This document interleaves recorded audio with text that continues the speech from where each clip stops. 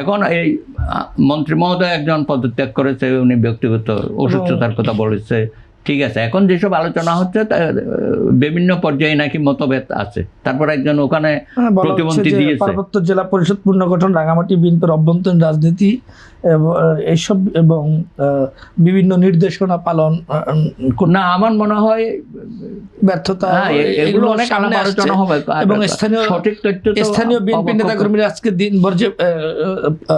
দিনে যে প্রতিবাদটি করেছেন সেখানে বলেছেন তিনি অসুস্থ না।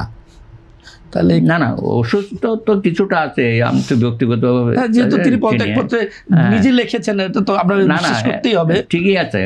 এখন বলা হচ্ছিল ঠিক আছে তুমি কয়েকদিন ছুটি নিয়ে চিকিৎসা করাও বা বাইরে আরো ভালো চিকিৎসা নিয়ে আসো, এসব কথা হইতেই পারে।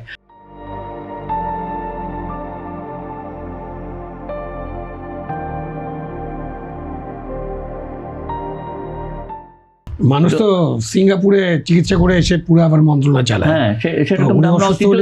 উনি তো হসপিটালে ভর্তি হতে পারতেন, হসপিটালের চিকিৎসা হতো। তারপরে এগুলো আমাদের দেশে মোটামুটি যে এইরকম পদত্যাগে অসুস্থতা বা ব্যক্তিগত কারণ দেখিয়ে পদত্যাগ করে মানুষ, ব্যক্তিগত কারণ ছাড়া তো আর অন্য কোনো কারণ দেখার তার কোনো সুযোগ নেই। সেই রাজনীতিতে তো আমরা এখনো যাইনি যে আমার রাজনীতিতে আমার দলের সাথে কিংবা আমার নেতার সাথে আমার একটা পয়েন্ট অফ ডিফারেন্স আছে, এই কারণে আমি দল থেকে পদত্যাগ করলাম বা আমি মন্ত্রী পরিষদ থেকে পদত্যাগ করলাম। ওই উন্নত রাজনীতি যেটার কথা আমরা চিন্তা করতেছি সেখানে কিন্তু বাংলাদেশ এখনো যায়নি। এখন আপনি বাংলাদেশে যত পদত্যাগ দেখবেন সেই পদত্যাগে এই ভাষাই লেখা থাকবে, যে ভাষাটা দেখছেন ভবিষ্যতে এই ভাষাই থাকবে, যে আমি অসুস্থ বা আমার ব্যক্তিগত নানান অসুবিধা আছে এই কারণে আমি পদত্যাগ। আরো দুটি বিষয় সামনে এসেছে, সেটি একটি হচ্ছে প্রধানমন্ত্রীর দপ্তর থেকে মন্ত্রী দীপন দেওয়ানকে দ্রুততার সঙ্গে পার্বত্য জেলা পরিষদ পুনর্গঠনের নির্দেশনা দেওয়া হয়েছিল, কিন্তু তিনি মন্ত্রী সময় ক্ষেপণ করছিলেন। আরেকটি বিষয় সামনে এসেছে, মন্ত্রী তার স্বজনদের কাউকে বসানোর চেষ্টা করেছিলেন, এমন তথ্য গণমাধ্যমে আসছে। সেটা তো তাহলে তো মানে প্রধানমন্ত্রীর তো মন্ত্রী পরিষদের নেতা, এবং মন্ত্রীরা যারা শপথ নেন তারা শপথ নেওয়ার পরও প্রধানমন্ত্রীর ইচ্ছা মন্ত্রী থাকেন, প্রধানমন্ত্রীর ইচ্ছা না থাকলে মন্ত্রী থাকেন না। আপনি যে দুইটা তথ্য বললেন, এই যে বাংলাদেশের রাজনীতিতে আমরা কোথায় নিয়ে যাচ্ছি, একজন পদত্যাগ করে গেছেন, তার পক্ষে কিছু লোকজন আন্দোলন করতেছে, তখন আপনার এইসব ব্যাখ্যা দেওয়ার তো কোনো দরকার নেই। প্রধানমন্ত্রী তো ইচ্ছা করলে যে কোনো মন্ত্রীকে স্যাক করতে পারেন।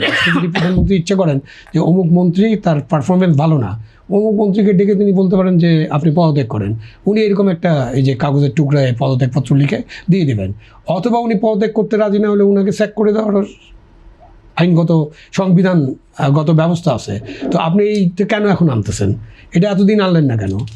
মানে আমাদের দেশের রাজনীতিকে আমরা আসলে কোথায় নিয়ে যাচ্ছি? আমরা যে ভালো রাজনীতি, সুরাজনীতি, সুশাসন, এই যে এসব কথা বলছি, এইসব কথা বলা আর এই কথার সাথে কার্যক্রমের যে এত তফাৎ হচ্ছে, যেটা দাদা বারবার বলছেন যে তোফায়েল আহমেদের জানাজা কেন দক্ষিণ প্লাজায় হবে না, তোফায়েল আহমেদের জানাজা কেন আমাদের ঈদগাতে হবে না, তোফায়েল আহমেদের বিশ্ববিদ্যালয় মসজিদে হবে না, তোফায়েল আহমেদের লাশ বা মরদেহ কেন আমরা শহীদ মিনারে নিয়ে তার প্রতি শ্রদ্ধা জানাতে পারবো না?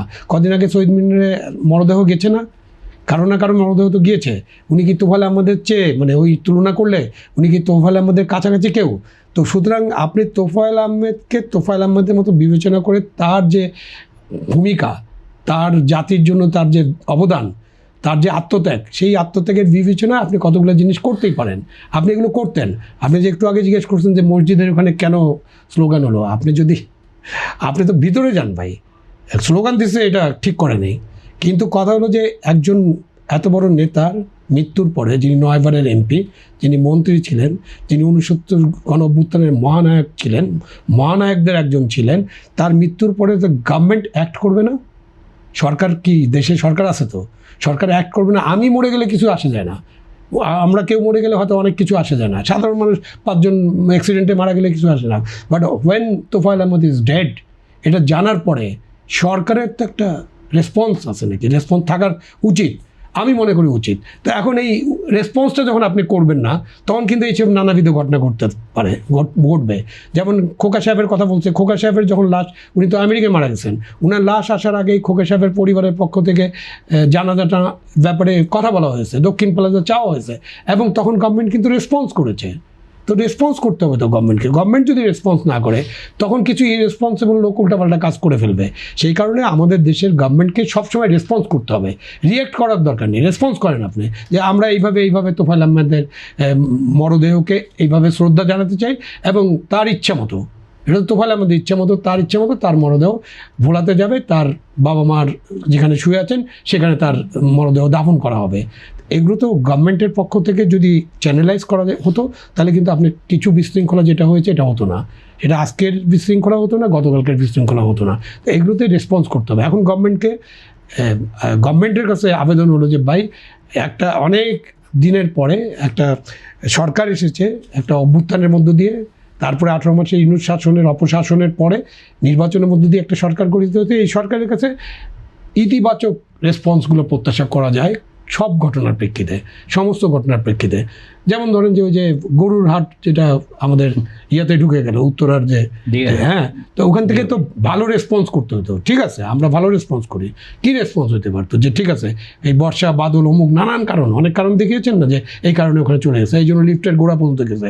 আচ্ছা ঠিক আছে, দেখি বর্ষাতে কতটা ইয়ে হয়েছে, তারপরে রেসপন্সটা কী হবে? অতি দ্রুত এগুলো পরিষ্কার পরিচ্ছন্ন করে এমন ব্যবস্থা করা যাতে জনগণ ভুলেই যায় যে এই জায়গায় কখনো গরু এসেছিল, তাই না? তো আপনি এই রেসপন্সগুলো যত পজিটিভ হবে তত সরকারের জন্য ভালো, সরকারকে এই রেসপন্সগুলো করতে হবে।